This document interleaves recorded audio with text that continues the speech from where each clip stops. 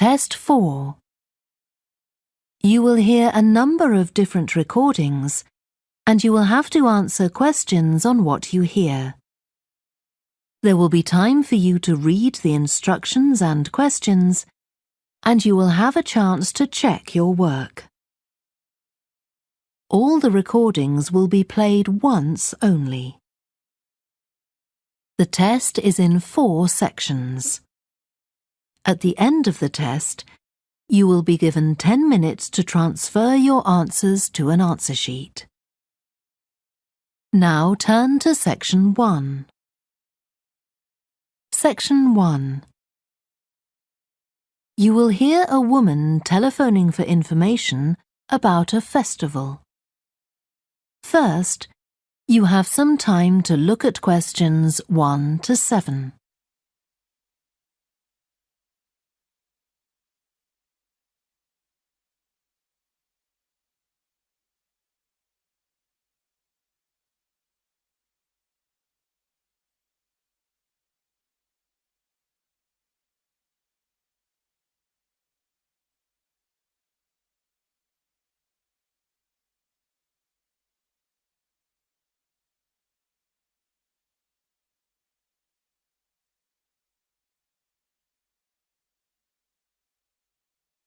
You will see that there is an example that has been done for you. On this occasion only, the conversation relating to this will be played first. Good morning, Stretton Festival box office. How can I help you? Oh, hello. My family and I are on holiday in the area, and we've seen some posters about the festival this week. Could you tell me about some of the events, please? Of course. First of all, are there still tickets available for the jazz band on Saturday? There are, but only £15. The £12 seats have all been sold. The man says that tickets are available for £15, so 15 has been written in the space. Now we shall begin. You should answer the questions as you listen because you will not hear the recording a second time. Listen carefully and answer questions 1 to 7. Good morning, Stretton Festival box office. How can I help you? Oh, hello. My family and I are on holiday in the area, and we've seen some posters about the festival this week. Could you tell me about some of the events, please? Of course. First of all, are there still tickets available for the jazz band on Saturday? There are, but only £15. The £12 seats have all been sold. OK, and the venue is the school, isn't it? Yes, that's right. The secondary school. Make sure you don't go to the primary school by mistake. And there's an additional performer who isn't mentioned on the posters. Carolyn Hart is going to play with the band. Oh, I think I've heard her on the radio. Doesn't she play the oboe or flute or something? Yes, the flute. She usually plays with symphony orchestras, and apparently this is her first time with a jazz band. Well, I'd certainly like to hear her. Then the next thing I want to ask about is the duck races. I saw a poster beside a river. What are they exactly? Well, you buy a yellow plastic duck, or as many as you like. They're £1 each. And you write your name on each one. There'll be several races, depending on the number of ducks taking part. And John Stevens, a champion swimmer who lives locally, is going to start the races. All the ducks will be launched into the river at the back of the cinema. Then they'll float along the river for 500 metres, as far as the railway bridge. And are there any prizes? Yes. The first duck in each race to arrive at the finishing line wins its owner free tickets for the concert on the last night of the festival. You said you can buy a duck. I'm sure my children will both want one. They're on sale at a stall in the market. You can't miss it. It's got an enormous sign showing a couple of ducks. OK, I'll go there this afternoon. I remember walking past there yesterday. Now, could you tell me something about the flower show, please? Well, admission is free and the show is being held in Bythwaite Hall. Sorry, how do you spell that? Bythwaite.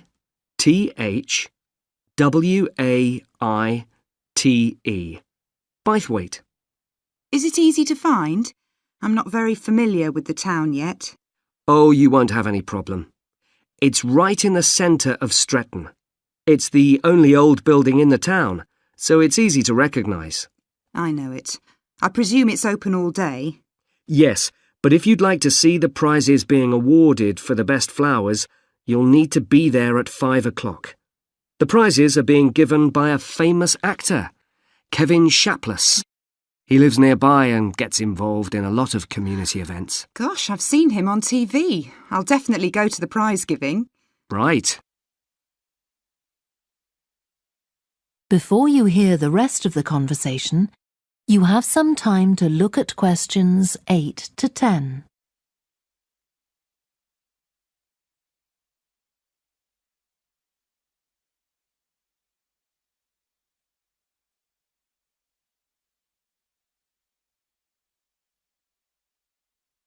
Now listen and answer questions 8 to 10.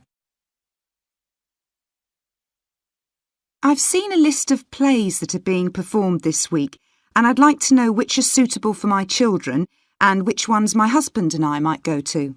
How old are your children? 5 and 7. What about The Mystery of Muldoon?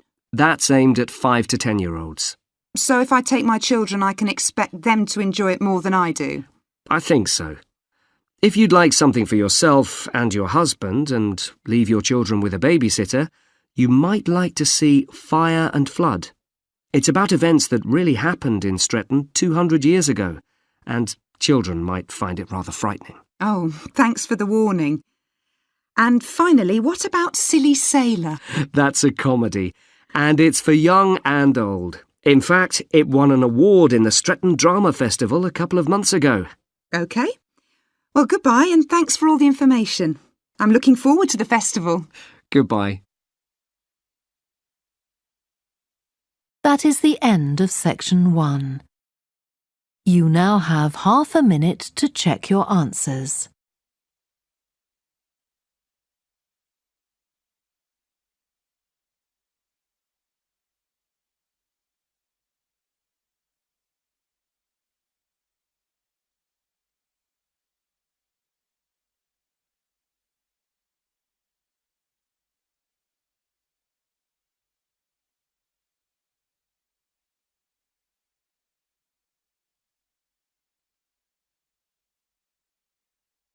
Now turn to section 2. Section 2. You will hear a guide at an art museum talking to a group of visitors.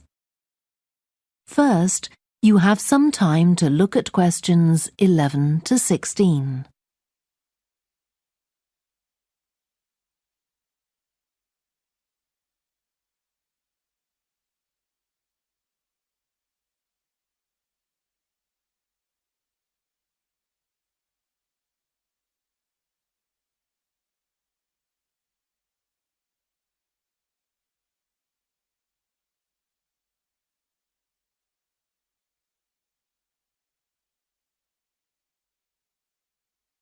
Now listen carefully and answer questions 11 to 16. Good morning and welcome to the museum, one with a remarkable range of exhibits which I'm sure you'll enjoy. My name's Greg and I'll tell you about the various collections as we go around. But before we go, let me just give you a taste of what we have here.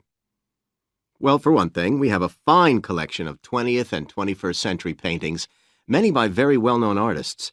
I'm sure you'll recognize several of the paintings. This is the gallery that attracts the largest number of visitors, so it's best to go in early in the day before the crowds arrive. Then there are the 19th century paintings. The museum was opened in the middle of that century, and several of the artists each donated one work to get the museum started, as it were. So they're of special interest to us. We feel closer to them than to other works. The sculpture gallery has a number of fine exhibits, but I'm afraid it's currently closed for refurbishment. You'll need to come back next year to see it properly, but a number of the sculptures have been moved to other parts of the museum. Around the World is a temporary exhibition. You've probably seen something about it on TV or in the newspapers. It's created a great deal of interest because it presents objects from every continent and many countries and provides information about their social context, why they were made, who for, and so on. Then there's the collection of coins. This is what you might call a focused specialist collection because all the coins come from this country and were produced between 2,000 and 1,000 years ago. And many of them were discovered by ordinary people digging their gardens and donated to the museum. All our porcelain and glass was left to the museum by its founder when he died in 1878, and in the terms of his will, we're not allowed to add anything to that collection. He believed it was perfect in itself, and we don't see any reason to disagree. Before you hear the rest of the talk, you have some time to look at questions 17 to 20.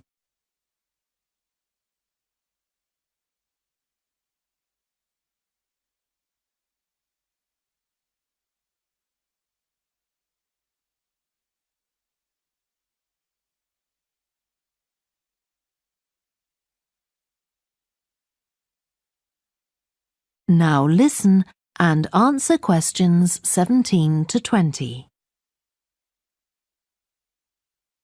Okay, that was something about the collections, and now here's some more practical information, in case you need it.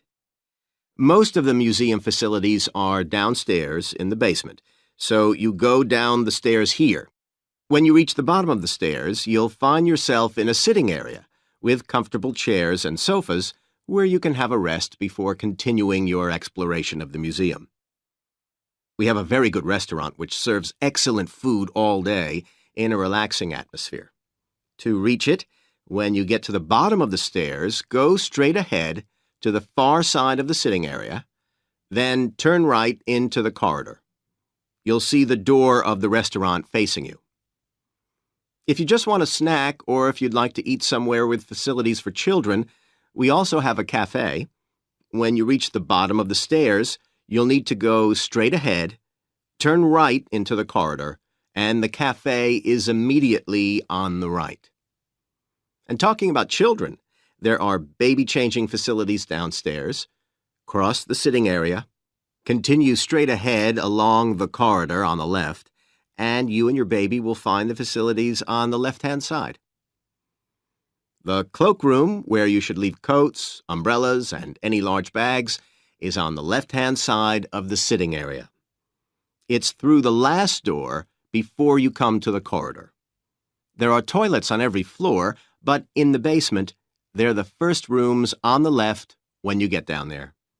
Okay, now if you've got anything to leave in the cloakroom, please do that now, and then we'll start our tour. That is the end of section 2. You now have half a minute to check your answers.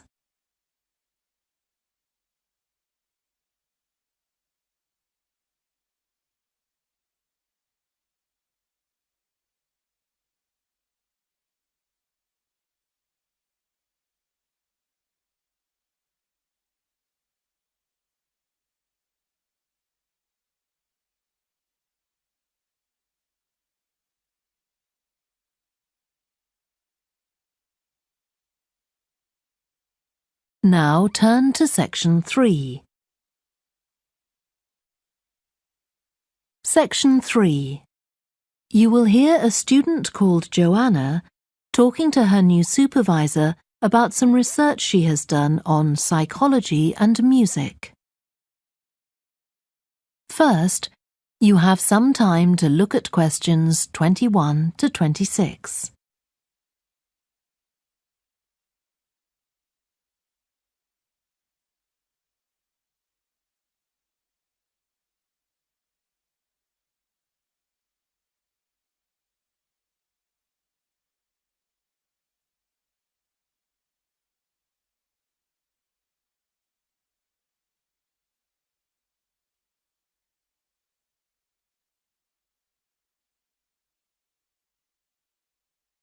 Now listen carefully and answer questions 21 to 26.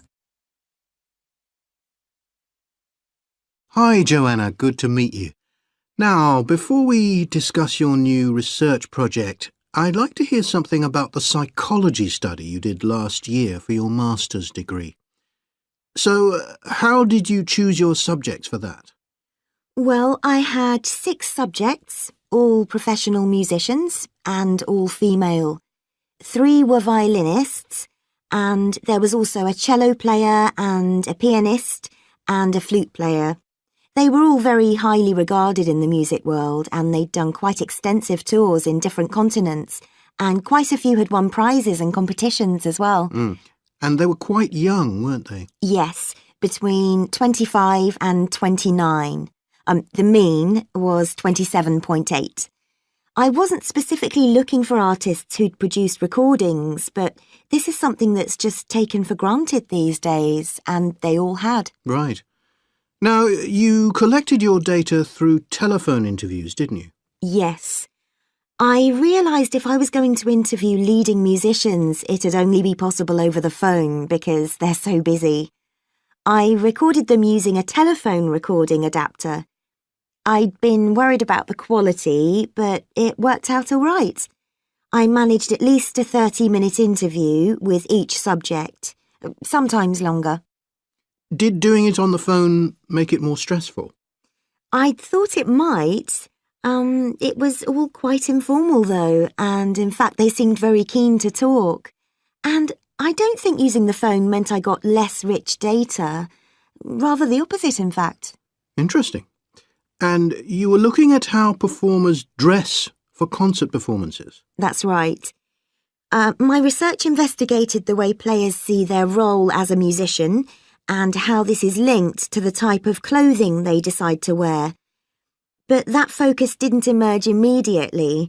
When I started, I was more interested in trying to investigate the impact of what was worn on those listening, and also whether someone like a violinist might adopt a different style of clothing from, say, someone playing the flute or the trumpet.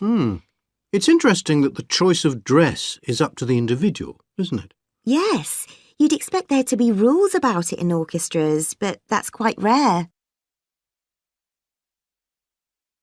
Before you hear the rest of the discussion, you have some time to look at questions 27 to 30.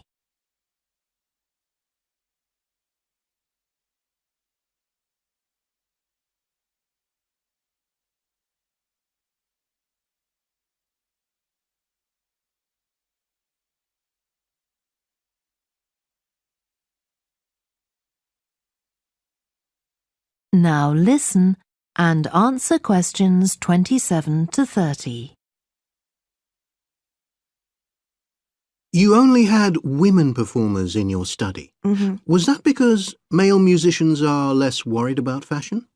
I think a lot of the men are very much influenced by fashion, but in social terms, the choices they have are more limited.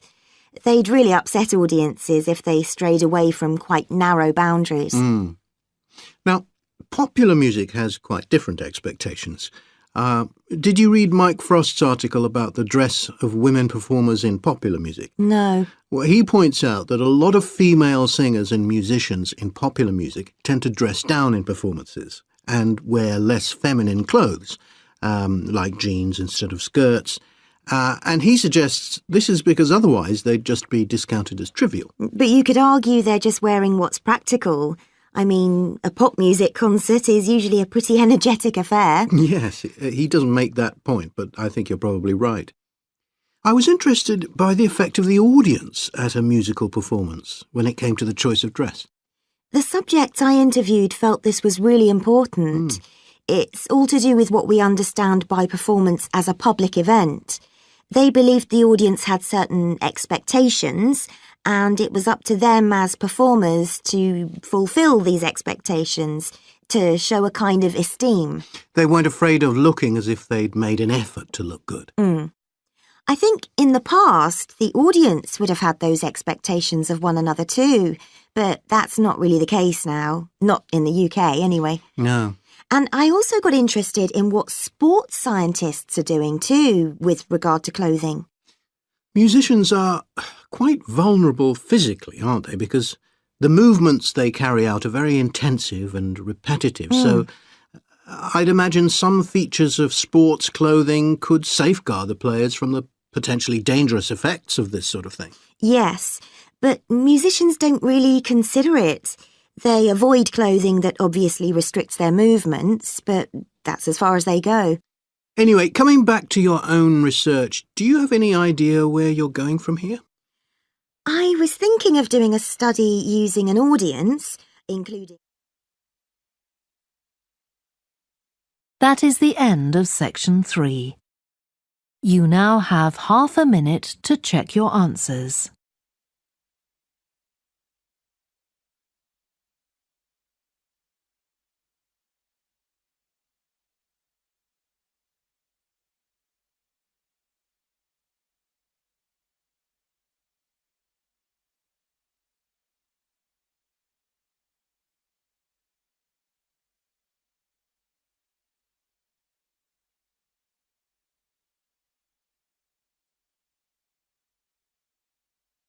Now turn to section 4.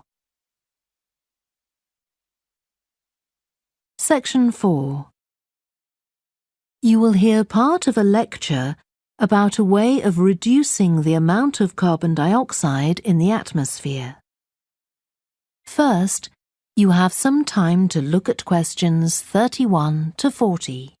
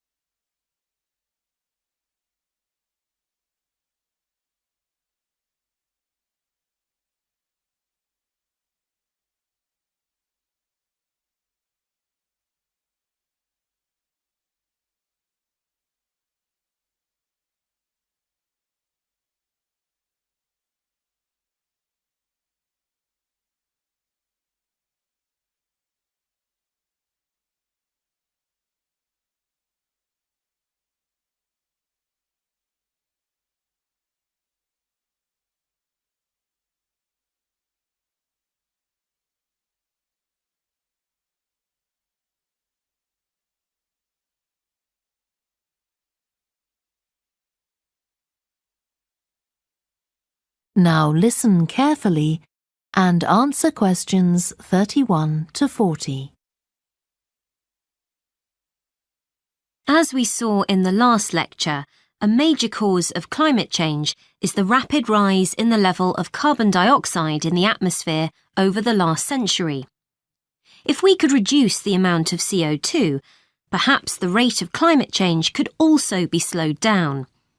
One potential method involves enhancing the role of the soil that plants grow in with regard to absorbing CO2. Ratan Lal, a soil scientist from Ohio State University in the USA, claims that the world's agricultural soils could potentially absorb 13% of the carbon dioxide in the atmosphere, the equivalent of the amount released in the last 30 years, and research is going on into how this might be achieved. Lal first came to the idea that soil might be valuable in this way, not through an interest in climate change, but rather out of concern for the land itself and the people dependent on it. Carbon-rich soil is dark, crumbly and fertile and retains some water. But erosion can occur if soil is dry, which is a likely effect if it contains inadequate amounts of carbon. Erosion is of course bad for people trying to grow crops or breed animals on that terrain. In the 1970s and 80s, Lal was studying soils in Africa so devoid of organic matter that the ground had become extremely hard, like cement. There he met a pioneer in the study of global warming who suggested that carbon from the soil had moved into the atmosphere. This is now looking increasingly likely. Let me explain. For millions of years, carbon dioxide levels in the atmosphere have been regulated, in part, by a natural partnership between plants and microbes, tiny organisms in the soil. Plants absorb CO2 from the air and transform it into sugars and other carbon-based substances. While a proportion of these carbon products remain in the plant, some transfer from the roots to fungi and soil microbes, which store the carbon in the soil. The invention of agriculture some 10,000 years ago disrupted these ancient soil-building processes and led to the loss of carbon from the soil. When humans started draining the natural topsoil and ploughing it up for planting, they exposed the buried carbon to oxygen. This created carbon dioxide and released it into the air. And in some places, grazing by domesticated animals has removed all vegetation, releasing carbon into the air. Tons of carbon have been stripped from the world's soils, where it's needed, and pumped into the atmosphere. So, what can be done? Researchers are now coming up with evidence that even modest changes to farming can significantly help to reduce the amount of carbon in the atmosphere. Some growers have already started using an approach known as regenerative agriculture. This aims to boost the fertility of soil and keep it moist through established practices. These include keeping fields planted all year round and increasing the variety of plants being grown. Strategies like these can significantly increase the amount of carbon stored in the soil, so agricultural researchers are now building a case for their use in combating climate change.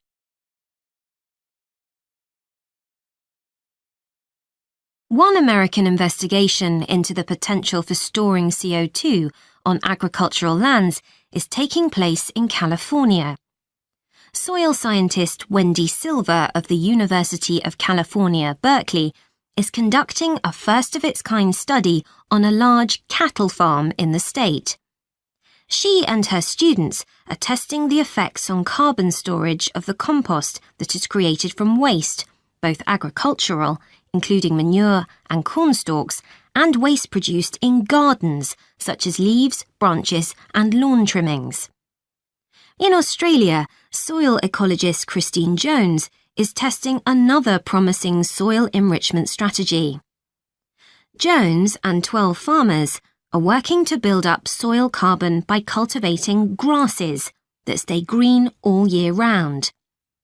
Like composting, the approach has already been proved experimentally.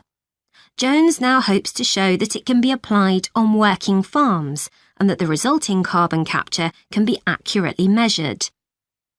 It's hoped in the future that projects such as these will demonstrate the role that farmers and other land managers can play in reducing the harmful effects of greenhouse gases. For example, in countries like the United States, where most farming operations use large applications of fertilizer, changing such long-standing habits will require a change of system. Ratan Lal argues that farmers should receive payment, not just for the corn or beef they produce, but also for the carbon they can store in their soil. Another study being carried out. That is the end of section 4. You now have half a minute to check your answers.